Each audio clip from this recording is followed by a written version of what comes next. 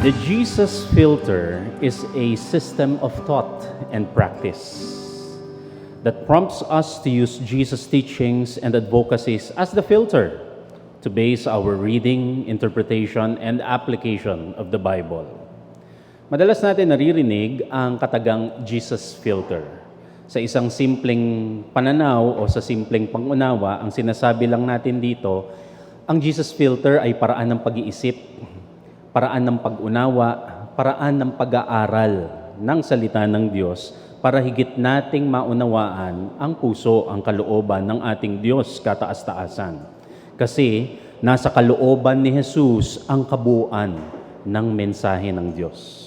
Higit kanino paman na kay Jesus ang buong-buong kalooban ng ating Diyos kataas-taasan. Colossians chapter 2, verse 9, God lives fully in Christ.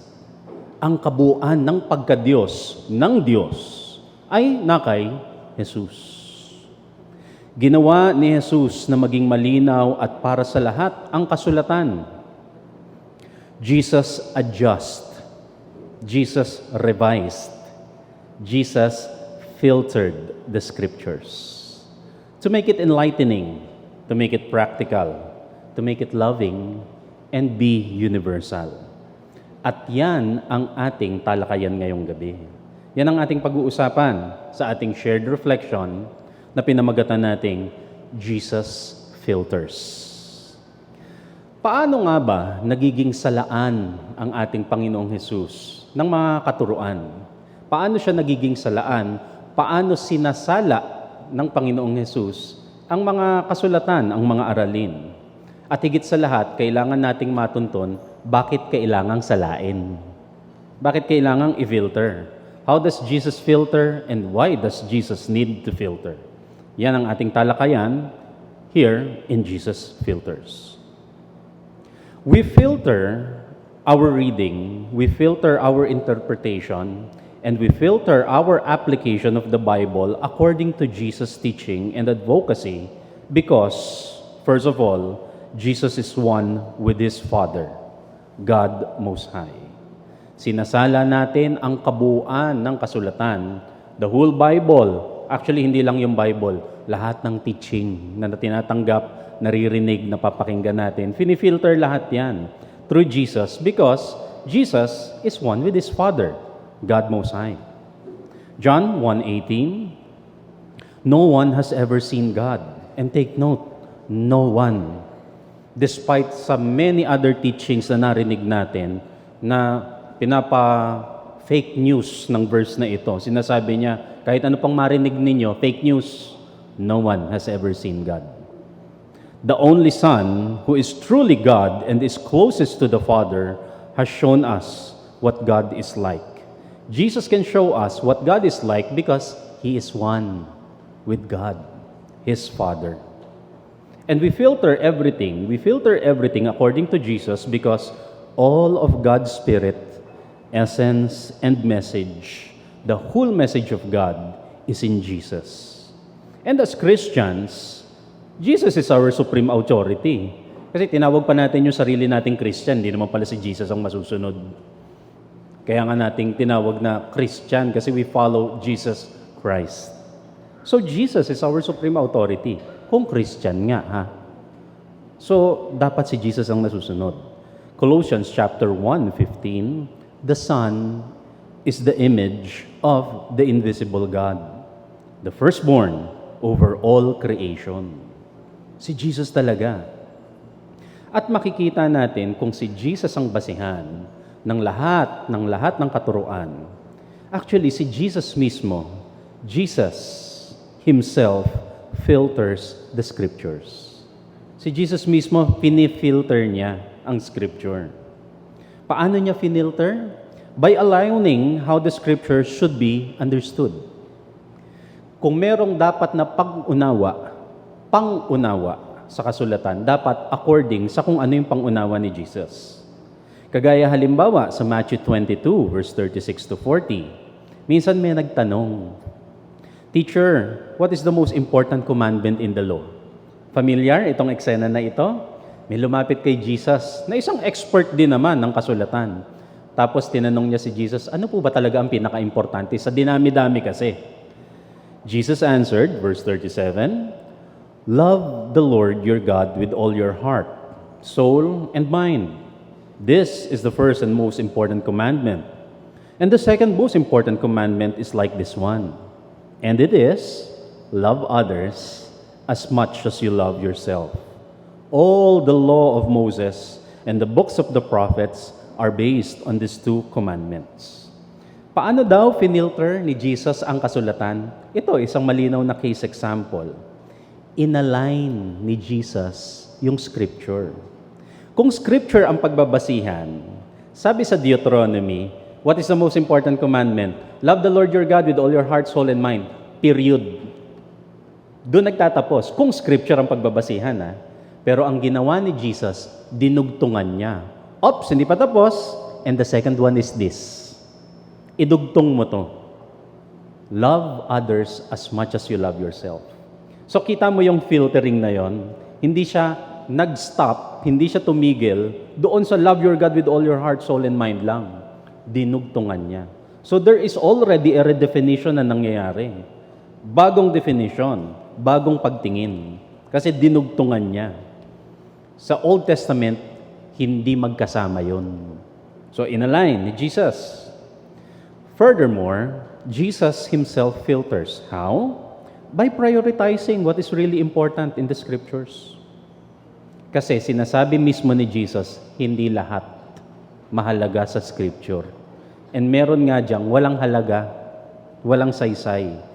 Through Jesus, makikita natin ngayon kung ano yung mga talagang may halaga. Hindi lahat ng verse, hindi lahat ng chapters pantay-pantay. Merong mas matimbang. Si Jesus ang timbangan. Matthew 23:23. Nung minsan, pinapagalitan ni Jesus ang mga Pharisees, ang mga religious leaders. Sabi niya, "What sorrow awaits you teachers of religious law and you Pharisees? Hypocrites, mga ipokrito. For you are careful to tithe even the tiniest income from your herb gardens, but you ignore the more important aspects of the law." At ano daw yung mga important aspects of the law? You see, may binibigyan siya ng importansya. Justice, mercy, and faith. Yun ang important aspect of the law. You should tithe, yes, but do not neglect the more important things. So si Jesus mismo nagsasabi, there are more important things in the scripture. At ang specific na tinutukoy niya kasi dito, "Hoy kayo, ang lalakas nyo maningil ng tithes." Pati yung mga maliliit na hardin na kung saan, sino ba mga plantita dito? Mas naiintindihan nyo yan. Di ba yung mga herbs na ganito, ganyan, na pag tinignan nyo sa Leviticus, dapat hindi na yun kasama. Ang mga home garden, hindi nakasama sa tithing. Pero sinasabi ni Jesus, "Hoy kayo, lalakas yung maningil." Pati yung mga maliliit na garden, sinisingil nyo na dapat hindi nakasama. Pagdating dyan, ang bigat-bigat ng weight na binibigay ninyo, pero doon sa more important things na sinasabi ni Jesus, you don't give importance. Mas importante ang justice, ang mercy, equality, non-discrimination, acceptance, faith for all. So nakita nyo, talagang ina-align ni Jesus ang scripture. Kasi iba ang basa nung iba, pero kay Jesus nakikita natin ang mas malinaw. Paano ba talaga siya tignan? Another thing, Jesus himself filters to redefine the scriptures. Binibigyan ni Jesus ng bagong definition ang kasulatan. Sa Leviticus 15, maraming mga provisions, maraming nakasulat dyan. Halos nandyan na lahat ang tungkol sa pagiging unclean. At yung sinasabi natin pagiging unclean, hindi yan yung hygienic na unclean. Hindi yan yung marumi ang kuko mo, hindi yan yung hindi ka nag-toothbrush, hindi yan yung may balakuba ka, hindi yan yung hygiene na unclean, na pwede rin kasing nakakahawa ng sakit. Mamaya nyo na i-check ang isa't isa kung sino ang nag-toothbrush at hindi. So hindi yun yung tinutukoy. In the ancient Jewish scriptures, yung sinasabi nilang pagiging unclean, it's about ceremony, it's about rituals. Yun ang tinutukoy nila. At sa daming mga provisions niyan, ang hirap ng tukuyin kung sino ang unclean nga at kung sino ang hindi. Lalo na sila, nakagaya din natin sa panahon ngayon, mahilig mag-gathering ng ganito. So halimbawa, tumabi ka at nakahaplos ka ng isang babaeng may regla. Unclean ka na nun. Mabuti ng mabuti kung aamin yung babae, buwan ko ngayon or monthly period ko ngayon. Hindi na rin naman nila nalalaman. So, what they do para ma-curtail, para maayos nila yung mga ganyang sitwasyon, laging merong nakahandang ceremonial water sa tabi-tabi. At maraming mga kultura at kustumbre, diyan galing. Yung pagpasok mo ng simbahan, merong tubig. Kasi nga, it's for ceremonial washing. Para dun yan. Kasi nga, hindi na nila malaman kung sino ang unclean at hindi sa dami ng mga ikaka-unclean ng tao. Pero si Jesus, niredefine niya. Matthew 15, verse 1 to 2. Nung minsan, nagutom ang Jesus kasama ang mga disciples. Tapos, dahil nagutom sila sa kalagitnaan ng ministry, nagdadampot sila ng mga pananim, ng mga prutas para kainin.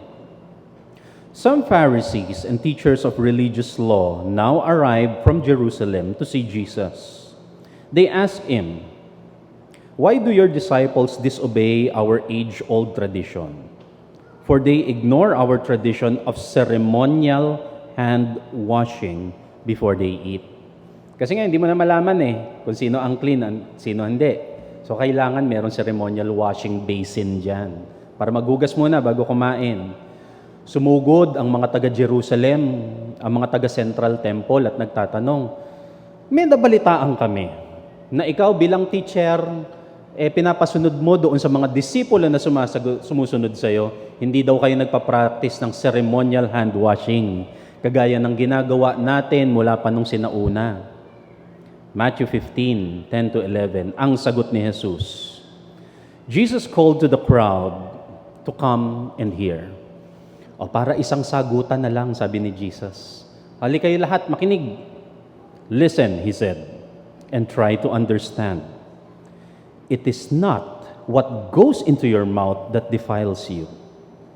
You are defiled by the words that come out of your mouth.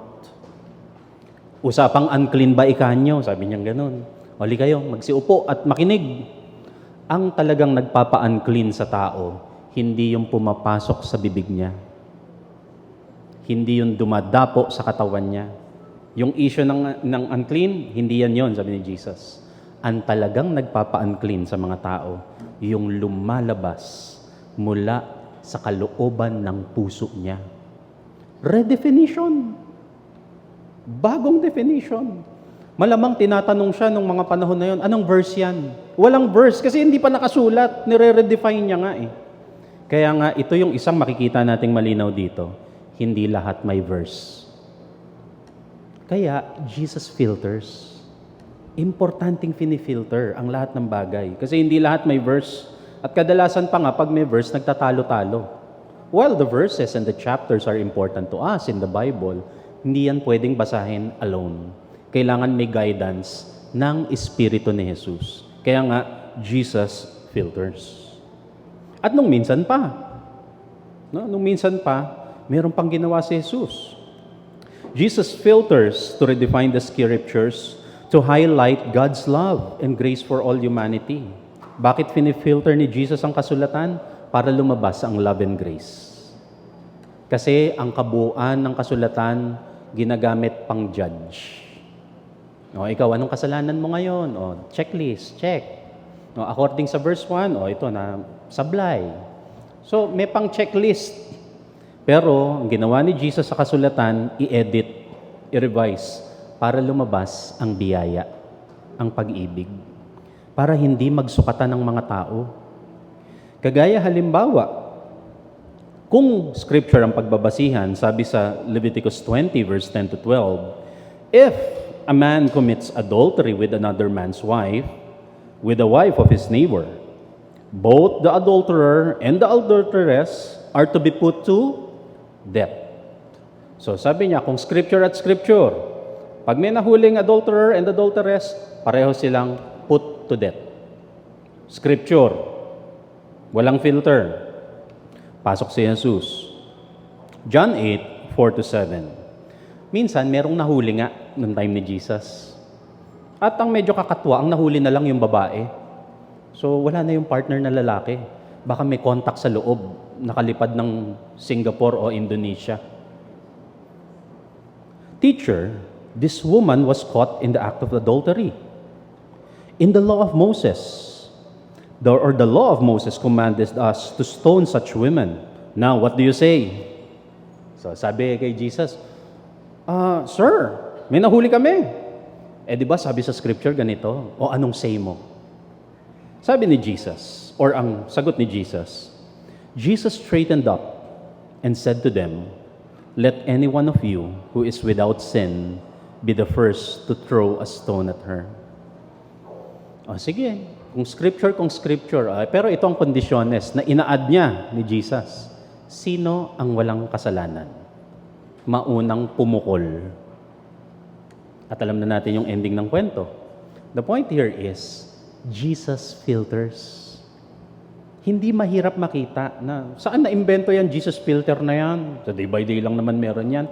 Ayan na nga, turo talaga ni Jesus yan. Si Jesus mismo, finilter niya ang scripture. So tayo rin, obviously, ano pa bang gagawin natin bilang tagasunod ni Jesus? Kung si Jesus mismo gumamit ng Jesus filter, paano naman natin gagamitin ang Jesus filter ngayon? Kasi tayo rin, kailangan nating i-filter yan. Hindi nyo napansin, kaya hindi talaga magkakasundo ang mga tao pag verses lang ang pinagbasihan. Kasi kanya-kanya ng basa ng verses. Kung chapter at chapter lang at Bible ang pag-uusapan, ba't hindi talaga nagkakasundo?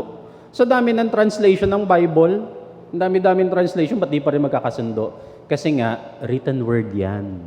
Kailangan nating i-filter yan. How do we do it? Una, we need to give value to verses and passages according to what is important to Jesus. Okay, so Bible yan, nandyan lahat. Pero kailangan natin timbangin. Alin ba dyan yung talagang mahalaga kay Jesus? Di yun ang bigyan mo ng importansya. Isang paraan ng pag-filter yun. O may nabasa kang chuba-chuba, eklabu. So ang question, mahalaga ba siya kay Jesus? Yes or no? Checkpoint ka agad. So di ba may crossroad ka agad. Pag mahalaga, di check. Pag di mahalaga, then reference. Reference. Ganon siya. Kailangan malinaw sa atin kung ano mahalaga. Mark 2:27-28. Jesus said to the Pharisees, the Sabbath day was made to help people. People were not made to be ruled by the Sabbath. So, the Son of Man is Lord of every day, even the Sabbath. So, si Jesus mismo, Lord ng Sabbath. Right? Ang tanong niya, ang challenge niya sa mga Pharisee na kausap niya, Sabbath at saka Lord of the Sabbath, sino ang mag-a-adjust? Si Lord of the Sabbath o si Sabbath? Parang hindi nyo kagad na-gets yung tanong. Labas ng papel. Number 1. Diba, sino mag-a-adjust? Obviously, Sabbath will adjust. Diba? Sino ang dapat masunod? Yung Sabbath o yung Lord of the Sabbath? Yung Lord of the Sabbath. Diba?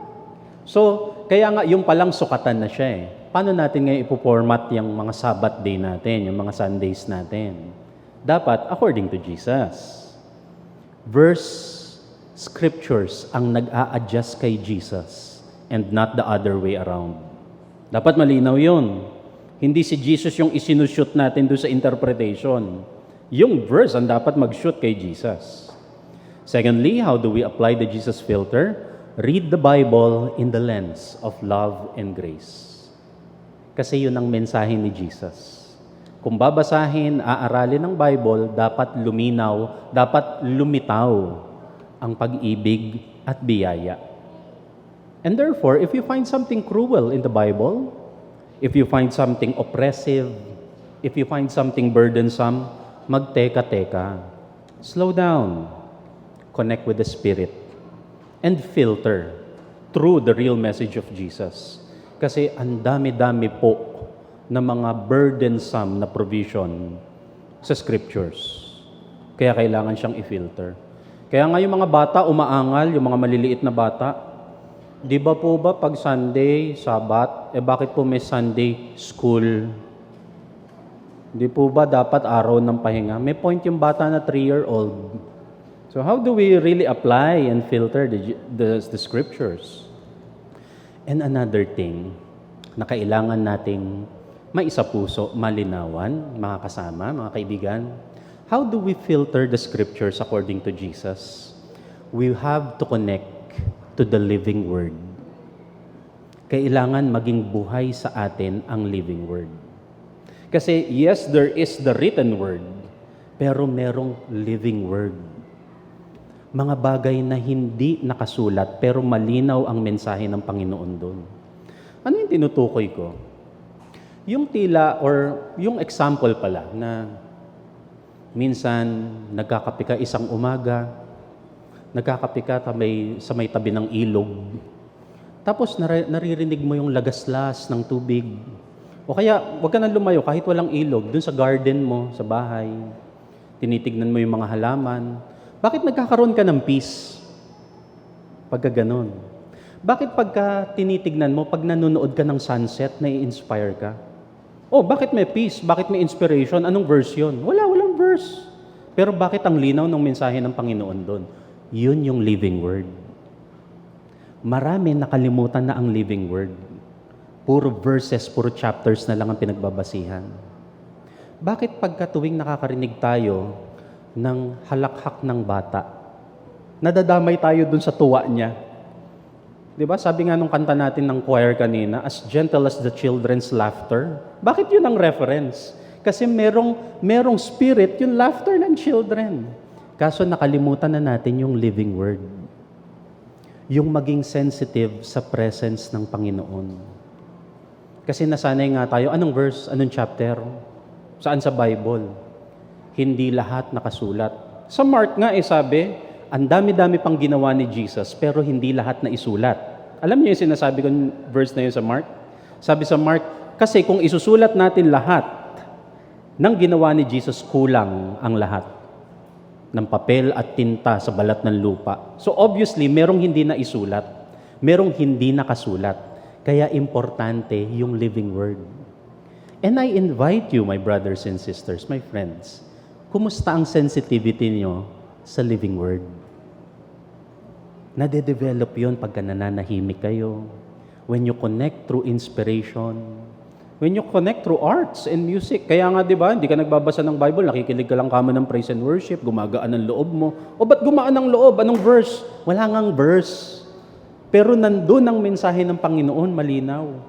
Bakit pagka niyayakap mo ang iyong iniibig sa buhay, gumagaan ang loob mo, lumalakas ang loob mo kahit ang dami-dami mong problema, pero pag naghawakan kayo ng kamay, nagyakapan kayo, parang kaya nyo na lahat. Saan galing yung encouragement na yun? Anong chapter, anong verse? Wala ngang chapter at verse. It's the living word. Kaya kailangan sanay tayo sa living word. Sanayin ang sarili sa living word.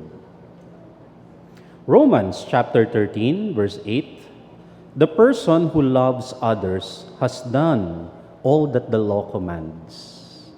Pag nandun ang love, nandun ang living word. Romans chapter 13, verse 8, reading from the easy-to-read version naman, sabi, loving is the same as obeying all the law. So kita nyo, pag nandun yung love, at yung love, by the way, maisingit ko pala. Pag sinabing love, hindi lang yan yung cheesy love na I love you, I miss you, holding hands tayo, beso-beso. Hindi lang yun yung love. Malawak na malawak pa ang love. Love is about freedom. Love is about courage. Love is about hope. Love is about faith. Ang lawak-lawak pa nga ng love. So hindi lang yan yung romantic love na alam natin. And again, I would say, where there is love, there is the message of God. Because God is love. Romans chapter 13, verse 10, love is the fulfillment of the law. So pag may love, nandun na rin yung message, yung law na sinasabi, the scriptures, the message of the scriptures, pag may love, nandun na rin yun. Kaya all the more, love. pag finifilter ang lahat ng bagay at katuruan, mas lumilitaw yung love. To be Bible-based should mean to be Jesus-based. Kung talagang Bible-based nating itinuturing ang ating paniniwala, ang ating pamayanan, dapat ang ibig sabihin nun, Jesus-based. Kasi siya ang dapat masunod. Di ba?